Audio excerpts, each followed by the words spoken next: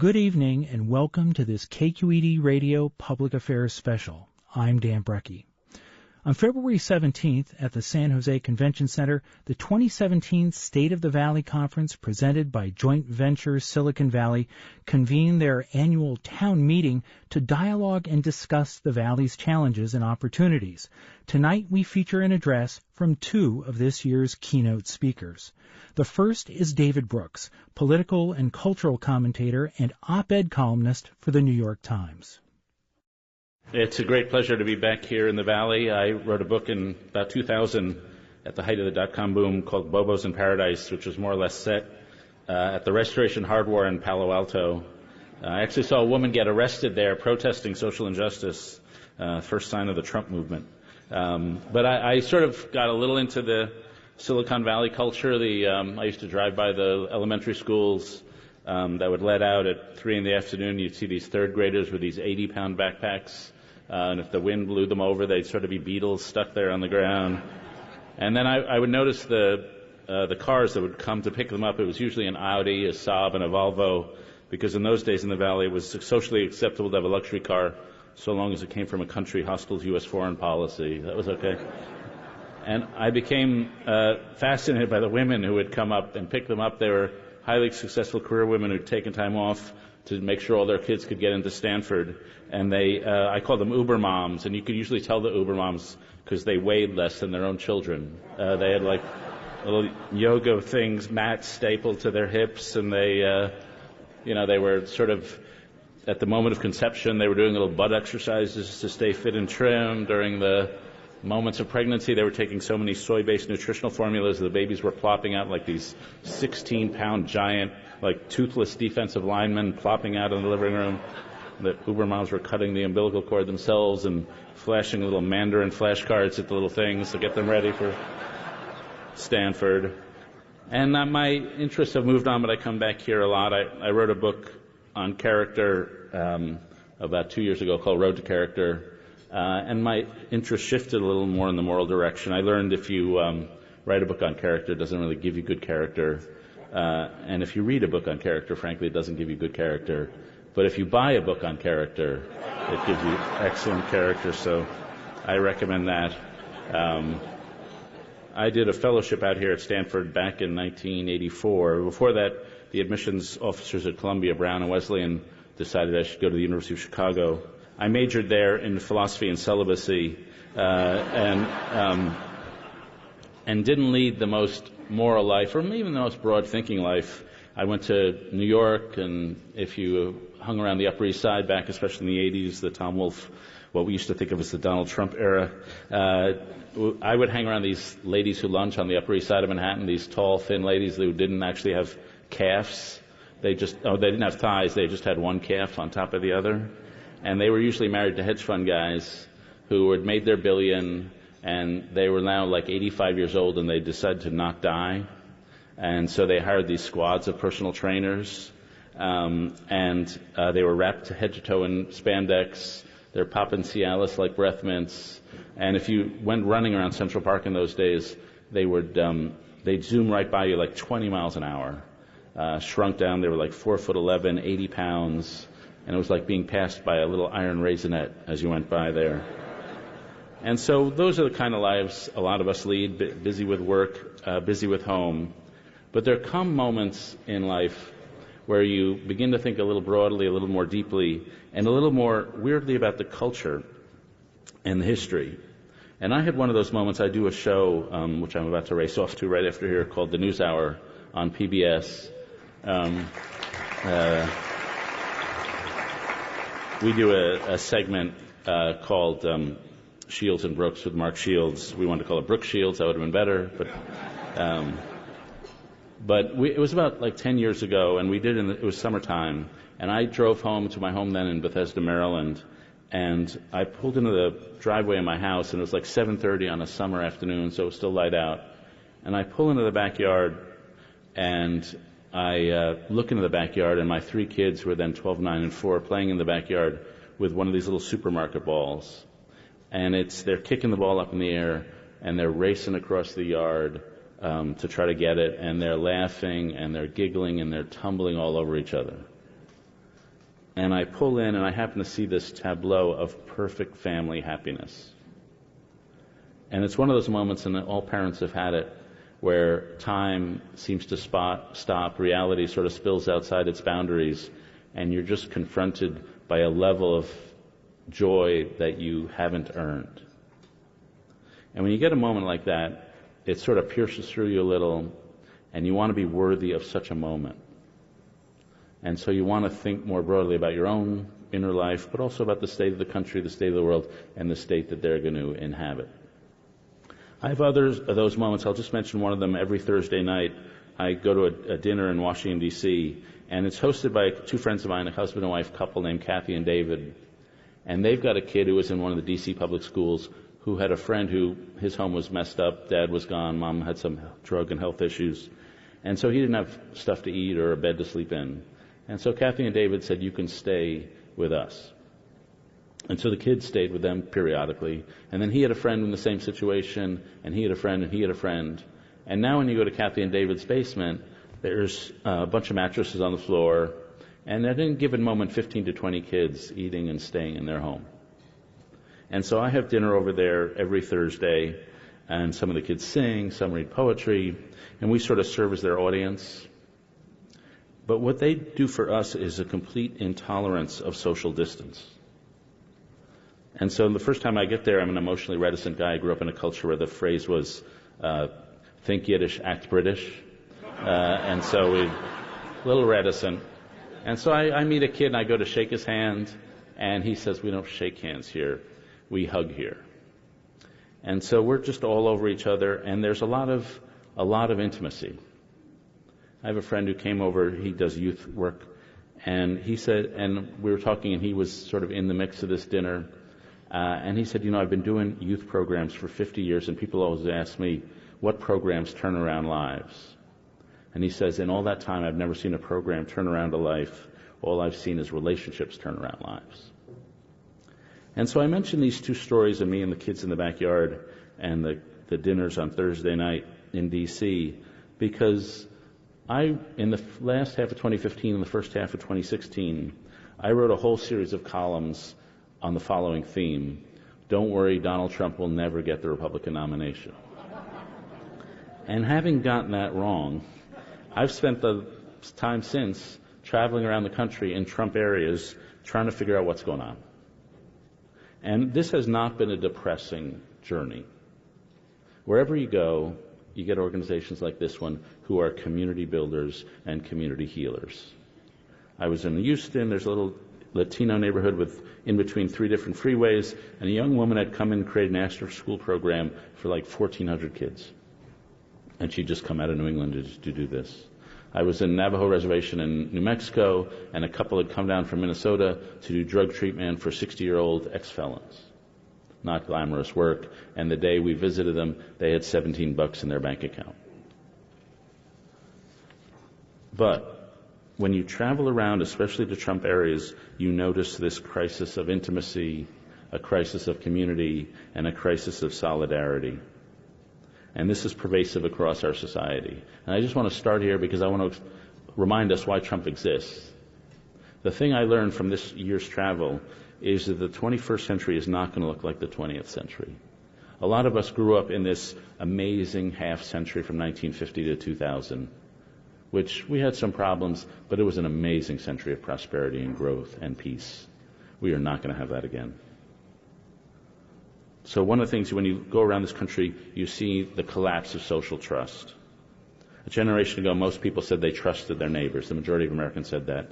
Now only 19% of millennials say they can trust the people around them. You see isolation. A generation ago, only 8% of Americans lived alone. Now it's 28%. And in urban areas, it's 40%. Decline in friendships. The number of people who say they have no close friends has doubled in a generation. Epic rise of loneliness. One study found that among Americans 45 or over, 35% are lonely. A decline in social connection, I think, in part caused by some technology. I'm not a technophobe by any means, but I'm beginning to think the ubiquity of smartphones has pushed us over a threshold. According to one study, the average person checks their phone 221 times a day. every 4.3 minutes. I'm guilty of that. A study done at Baylor University found the students there were on their phone 10 hours a day. So with each other, but also not with each other.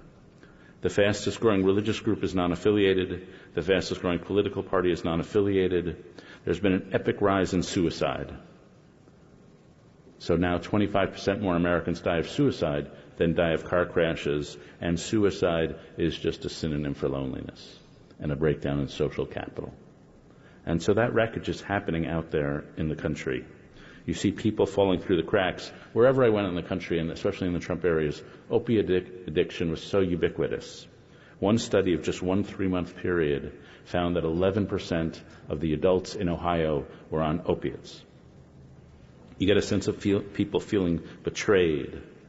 You get a sense of a sort of a moral injury that they used to have people used to be able to say, hey, I'm not the richest guy in the world. I'm not the most famous guy in the world, but I can be counted on my neighbors to live up to my roles here and to fulfill my responsibilities, and I get a little dignity out of that. And for some reason, either because of the rise of celebrity TV or reality TV, people who are not super rich and super famous, a lot of them feel completely invisible. And all of these divisions and all of this distrust is exacerbated along class lines. It used to be high school educated families and college educated families looked basically the same.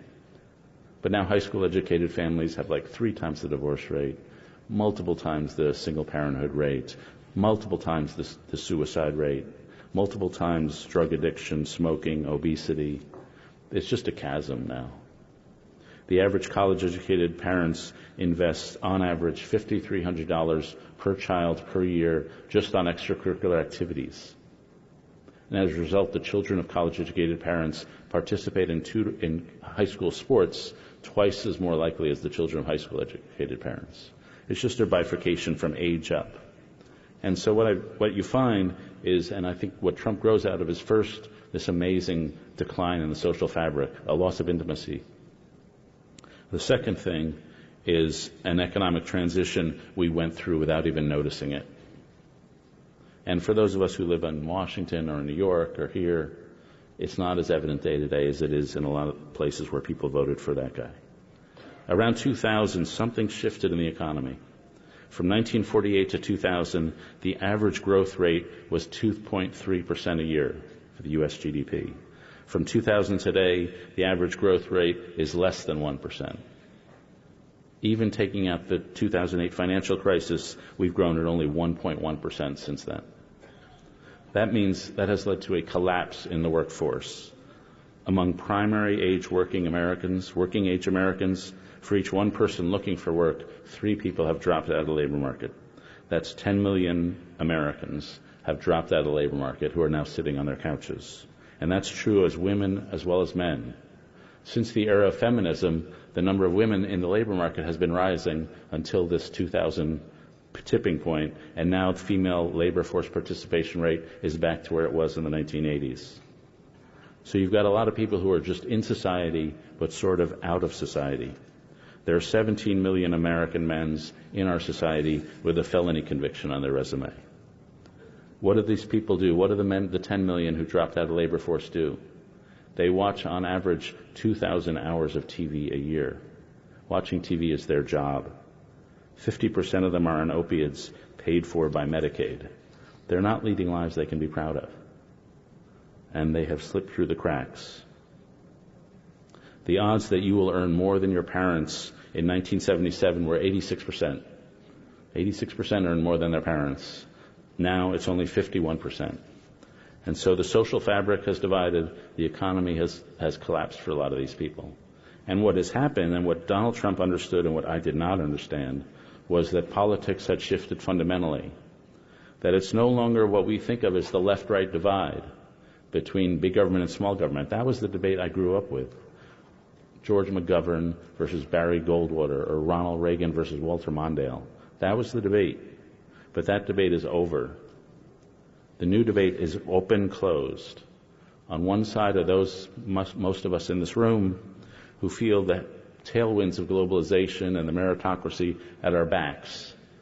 All these forces are propelling us forward to opportunity and freedom and prosperity, and we tend to favor open trade, open borders, open multiculturalism, and open social mores. Then there were the people I met, especially in the last year, who feel the headwinds of globalization and meritocracy blasting in their faces, who favor controlled trade, controlled immigration, controlled culture, and traditional social mores. From 1776 to 2000, the general ethos of America was the kind you see here, a dynamic ethos of faith in the future. There's a great book that was set, I think, in North Dakota called Giants of the Earth. It was written in the 19th century, and it showed a farmer taking a guest around his farm, and he said, this is the farmhouse, and these are the outbuildings, and these are the crops, and these are the cattle. And the visitor said, well, I don't really see anything here. And the farmer said, well, I haven't built them yet, but they exist in my mind. And that's a future-oriented mentality, to see the present from the vantage point of the future. And that pretty much has been how Americans have thought. People come, they would cross the frontier, they'd stop in Ohio, they'd think this is a good valley, but if we keep going, we'll find an even better valley across the next ridge. And they just kept going until they got here.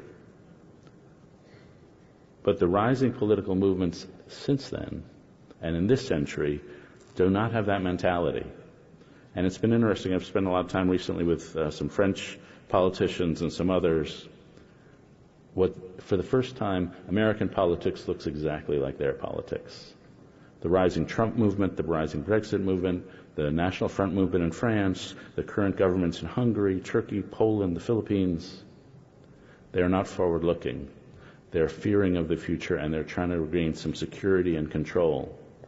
And the people who voted for Donald Trump just want somebody to protect them.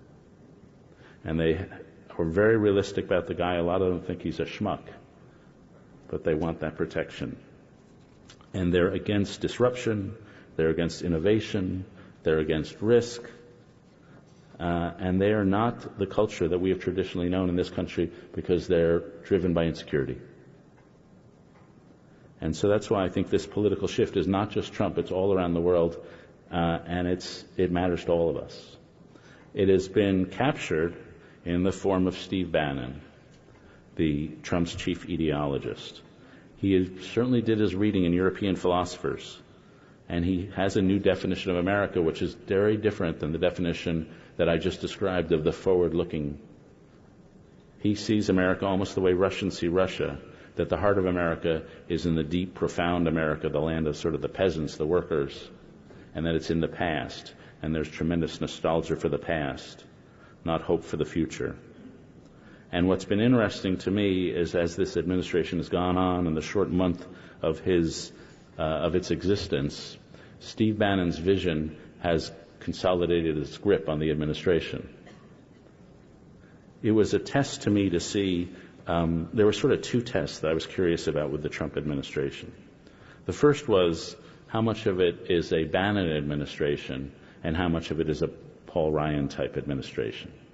That is to say, there's a conventional Republican way to do government. You cut taxes, you shrink regulations, you open free trade.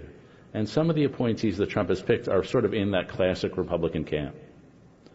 But the Bannon administration, the Bannon ethos, is very different. It's not based on creative destruction of capitalism. It's based on ethnic nationalism. It's based on the idea that we really need to keep our culture coherent. I was very struck by a Bannon comment about a year ago where he was not only objecting to illegal immigration, which one expected, but somebody made the point to him, well, a lot of immigrants do great things for our country. Look at all the CEOs in Silicon Valley who were born from abroad and came here and helped create great companies. And he said, well, that's a problem too, because it tears at our civic fabric. And so ethnic nationalism is very different than the free market republicanism we are used to. And so I've been wondering, well, is it going to be more Bannon or more regular Republican? And the answer is not clear. It's sort of a gestures in both directions. But I've been struck by how much Bannon's mental grip has really settled upon the administration. If you watched the Trump press conference yesterday, I assume you're still waking up from the hangover if you watch the Trump. It's like a drinking game, except you get drunk without actually drinking, just watching that guy. But everything he said and the desire to pick the media as the opponents, that's pure Bannon. And one of the things I've noticed just in the last few weeks is every other rival power center to Bannon within the White House has suddenly woken up with their knife in their back. So Michael Flynn, the former National Security Advisor, is gone. Reince Priebus, the Chief of Staff, has been attacked by a wave of 1,000 leaks and looks very much emasculated. Rex Tillerson, the Secretary of State, potential power rival, tried to pick a man named Elliot Abrams to be his deputy. Bannon vetoed the choice effectively, and Tillerson looks neutered. They were going to name this new guy, Howard, to be the National Security Council chief, but he too learned he wouldn't be able to even pick his own staff. And so the effective National Security Advisor is Steve Bannon. And so that means to me that Trump, and I think this is not a stupid play on their part, that Trump understands that some, or at least feels vestigially, that some success on his part is going to be involved in riding this global movement, this ethnic nationalist populist movement. And so they seem to be heading in that direction, and that does not strike me as good news for the Valley.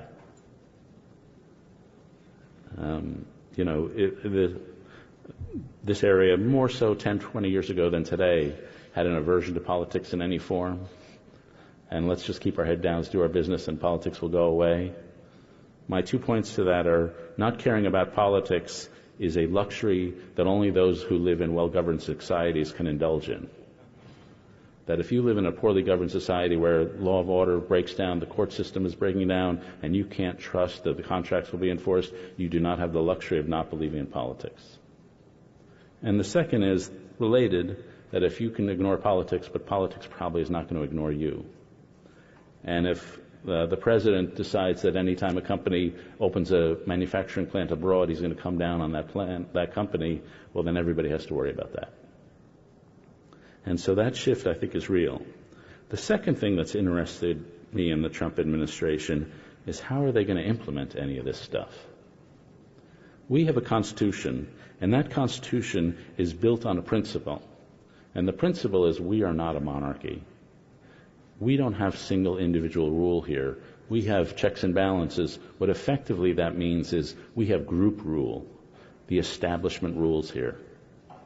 And Donald Trump declared war on the establishment, and shock of all shocks, the establishment has declared war on him. And so how is he going to get anything done?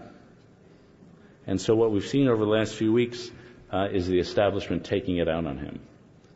The intelligence community, I've seen them destroy one president after another. It's been an oddity being a reporter in Washington. You would think that the agencies that would leak the most would be those not trained in security, like the National Forestry Service or something like that. But they don't leak at all. The two agencies that leak the most are the CIA and the Defense Intelligence Agencies, because their whole job is to take information and weaponize it to destroy people. And that's what they do. And they did it very effectively to George W. Bush when it served them, and they're going to do it very effectively to Donald Trump. It really struck me in one of our the Times stories, and I didn't write them, so I'm not directly involved. It struck me that very quickly, within a day, they had 9 anonymous sources. To get 9 sources to really risk their careers to leak some information is very unusual. That means there's a lot of people willing to unearth things. So the intelligence community has declared war on Trump. The civil service has a great capacity to not do anything. I once asked President George W. Bush, toward the end of his term, I said, what's the one thing you've learned in government that you didn't know beforehand? And he said, there's a lot more passive-aggressive behavior in government than I understood, which means he would say something and nothing would happen. And so an order will come down from the president and it lands on the desk of somebody, nothing happens. And that's already beginning to happen among the civil service. So in my column today, I compared Trump to like Captain Kirk on the Starship Enterprise. He's on the command deck with all these pretty buttons, and he can push all the buttons, but they're not attached to anything. And so I'm not sure much will get done. The media, I can tell you, those of us in the national media, We find him amusing, horrifying. We find him unhinged and insane.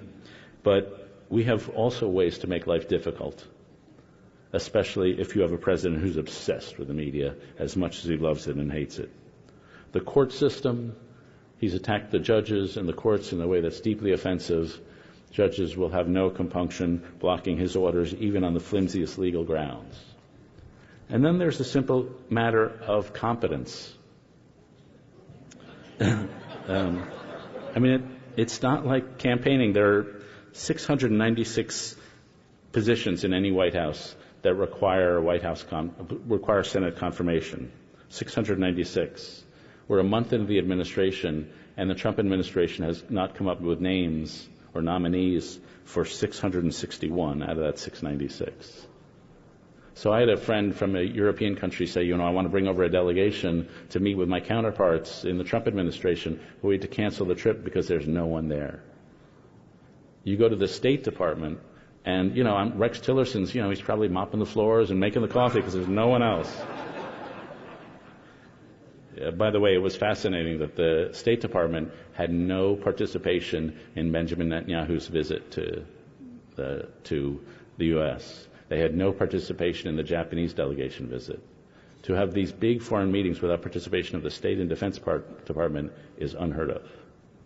And so you've got an insular group that doesn't necessarily know how to do things. By 100 days in the office, Bill Clinton had passed 24 laws, John F. Kennedy 26, Harry Truman 55, FDR 76. If we get 5 or 10, I'll be shocked. And so there's just a sense of not getting things done. And the more you hear about the inner workings of the White House, the more it sounds like sheer misery. And infighting, the presidential attention span is very short. People thinking, well, maybe I can do a briefing in the form of a cable TV news show and he'll watch that. And so it just sounds dysfunctional. The third thing to look for is we're about to enter a world of much less order. It's interesting when you go around the world and especially with U.S. government delegations around the world, there's an assumption, or has been, that the U.S. is sort of the leader. Other countries say, what do we do? What do we do? They defer the initiative to the U.S. But what's going around in national capitals all around the world is the belief they're all doing their psychoanalyses of who the new leader is. And I think they're coming away with two realizations from what I've heard. One, this is not like a normal administration, which is about an administration and rule of law. This is a monarchy. This is about personality and one thing. And two, it's up to us to take the initiative. They're just not on top of the ball, so we have to be the aggressor here. And that if we give Donald Trump a lollipop, we'll be able to take his lunch. And so what you've seen is other countries rolling the administration. China on the one China policy, Bibi on the one or two state solution in the Middle East. The Europeans have more or less secured the Iran deal. And Russia had done this amazing turn in the last week, where Russia seems to have helped him get elected. I don't know if it was dispositive, but it was some help. But then the last week, the Russian state media has turned very hostile on Trump. They've got their planes buzzing our ships. One of the things we know about Vladimir Putin, he always pushes the envelope. He always takes that risk. He always wants to see how much he can grab. And so it looks like he's about to somehow be on the grab of something. And so I see an administration that is sort of cohering around an ethnic nationalist viewpoint, but not capable of being active. A colleague of mine, Fareed Zakaria, called it the rocking horse presidency. Like you're rocking furiously back and forth, but you're not actually going anywhere. And a lot of sound and fury signifying nothing. And then with a destabilized order, a destabilized world. And so that's something we all should care about. And my assumption is that the Trump, I look at it, what I take to be a sort of a chaotic administration, and I think, well, this can't last. It's just not sustainable. But then I think, well, how exactly does it stop lasting? Will there be impeachment? Will there be a resignation? It's very hard to see how that would exactly happen. The Republicans on Capitol Hill, we've all been doing careful listening to them. Are they beginning to get a little concerned? Well, personally, they're getting willing to be concerned. They're not even close to being disloyal to Donald Trump.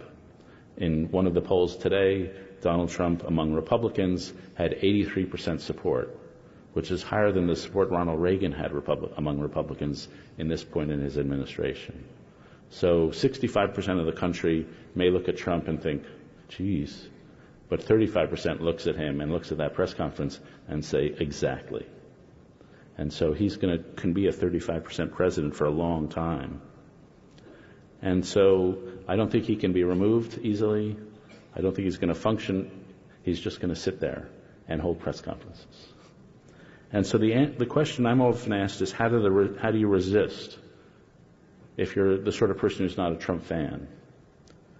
And I don't think that's the right question. I think the right question is, how do we replace?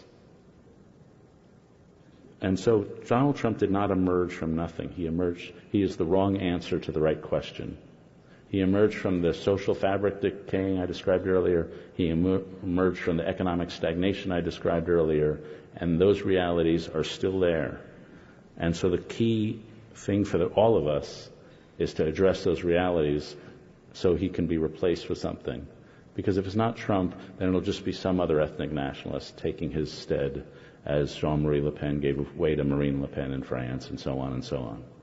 So to me, what those of us who are not fans of Trump, and I assume some people in this room are, the idea is, how do we revive the American idea so it is the Silicon Valley idea of disruption, of the future, of innovation, of embracing dynamism over stasis? How do we promote growth? How do we get back up to 2.3% growth? I actually haven't seen too many economists with good answers for that one. And finally, how do we rebind the civic fabric? And I'm more in that realm, and I've spent a lot of time thinking about how to rebind the civic fabric.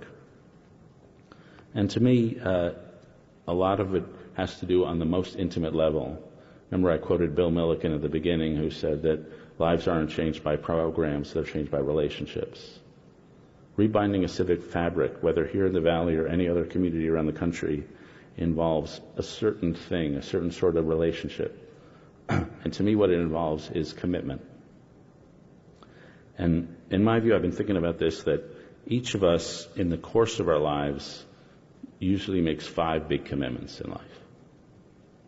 To a spouse and a family, to a vocation, to our career, to our friends, to a philosophy or a faith, some worldview, and then to our community. And the success of our lives depends on how well we choose those 5 big commitments and how well we execute upon them and how faithful we are to them. These are the kind of commitments that in the Bible that Ruth made to Naomi. Where you go, I will go. Where you lodge, I will lodge. Your people shall be my people and your God my God. Where you die, I will die, and there I will be buried. And so it's our commitment to these long promises that really shape our lives. And to me, making a commitment is falling in love with something and then building a structure of behavior around it for those moments when love falters. You love the community of the Valley. You commit some time on a day like today to learning about this community, to caring about it, to contributing to it, and you want to do that over years. A commitment is not something of passing month. It's something over a lifetime, or at least over several decades. And our commitments form our identities. When we describe someone, we usually describe what they're committed to. They form our integrity. Our character is built by how well we keep our commitments. Our character is like this wagon wheel. And every time we keep one of our promises, we strengthen one of the spokes of the wheel. And every time we break a promise, we remove a spoke and we make the whole wheel weaker. Life is a journey from open options to sweet compulsions, to committing ourselves to various things, and you sort of find a higher freedom from that.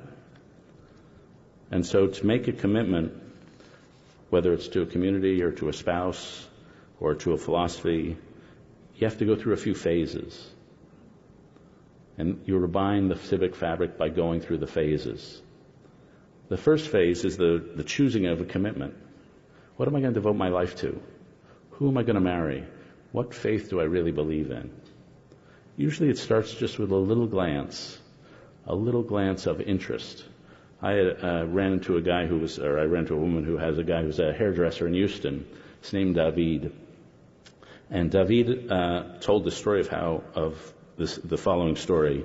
There was a woman who was a pianist in Houston, and she was going to go to move here to San Francisco to be with her fiance and then spend the rest of life with him.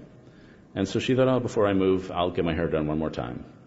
So she walks into this hair salon, and she sees the owner of the salon, David, cutting somebody else's hair. And she goes into the dressing room, and she calls her mom, and she says, I've just seen the man I'm going to marry. It's this hair cutter guy. So she gets her hair shampooed. She's sitting down in the chair. David is cutting her hair, and David's asking her, what's your life? What's your story? And she says, well, I'm a pianist, and I'm about to move to San Francisco to be with my fiance, but I won't do it if you'll marry me. And as David tells this story, she says this to me, I looked down at my scissors, and I never felt more free than I did at that instant.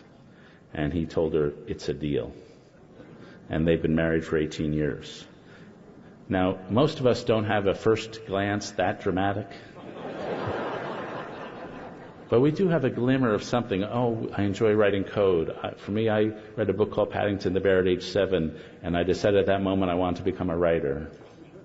Or you meet someone, and that begins the commitment. The second part of the commitment is seeing the truth or getting to know the person. If you've ever been on a date, you have these miracle coincidences when you think you're getting along. Like, neither of us love foie gras. Amazing, an amazing coincidence. We should get married. I don't like paying $8 for a cupcake, neither do you. Amazing. And so that's beginning to learn about the other person. Love is not a process the opposite of love is not hate, it's indifference. It's a process of attention. And you just want to learn about that thing and participate as you guys are in the thing. And then there's a process of moral responsibility. Once you've made a promise to a person or an implied promise to a community, your excellence, your self-worth, your image of yourself depends on how well you follow through on that promise. And we don't have a word for this, but we all want to be seen and want to be good people. We have this moral motivation. We have all these words for economic self-interest and for sexual motivation, but the desire to be good is one of the strongest desires. And the way I think about it is there's this reclusive part of ourself that doesn't care about Facebook, it doesn't care about money, it doesn't care about status. It cares about goodness, being good. It cares about some connection to an unconditional love and to truth. And in our 20s, that part of us, I think of it as this reclusive leopard. It's up in the hills, we're busy working on our career, we're building a family. It's up in the forest somewhere. But then there are some moments in life where it comes down and you sort of glimpse it through the trees. There might be a moment of suffering when that internal part of yourself, that spiritual part of yourself is out. There might be a moment of joy like I had with my kids in the backyard. But there's some point in every life where the leopard comes out of the hills, it sits there on the floor, and it says, who have you served? What are you connected to? Why were you here? And the people who haven't thought about that question have to live with the knowledge that they don't really know the answers to that. But the people who've made commitments and have built a civic fabric, those are the people who at least have an answer. And then once you make the fabric, then we support each other. And one of the nice things about communities like this is there's implicit standards of behavior in how we will act toward another to be mutually supportive of this thing we love together, in this case, a valley. I had a friend named Roger who had a sister named Ruthie, who was a teacher in northern Louisiana, a little tiny town. And she unfortunately died at age 40 of cancer. And 1,600 people came to her funeral, even though it was a tiny town, just because she generated inner light. And one of the things Ruthie would do was she would, on Christmas Eve, put a candle on every gravestone in the town cemetery, just because she wanted to remember the dead. She died just before Christmas Eve. And my friend Rod asked his mom on Christmas Eve, should we do what Ruthie used to do and put the candles on each of the gravestones?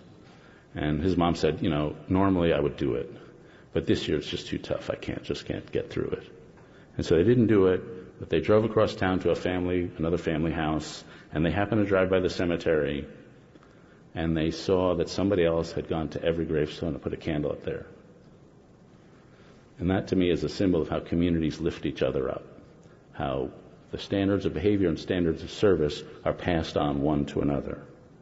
And it's happened in this room, and it happens across America, but it doesn't happen in a lot of America. And so Trump, I think, will create problems for a lot of us. I'm not a fan. But the only way to address it is to rebuild that fabric relationship by relationship and build a country that is actually joined together where we actually see the same reality. Thank you.